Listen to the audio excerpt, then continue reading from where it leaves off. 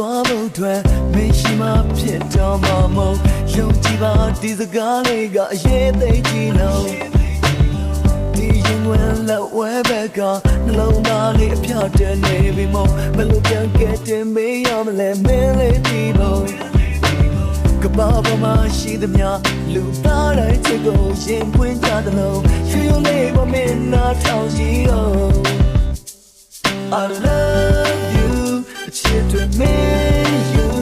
me and Emma better let me tell you about you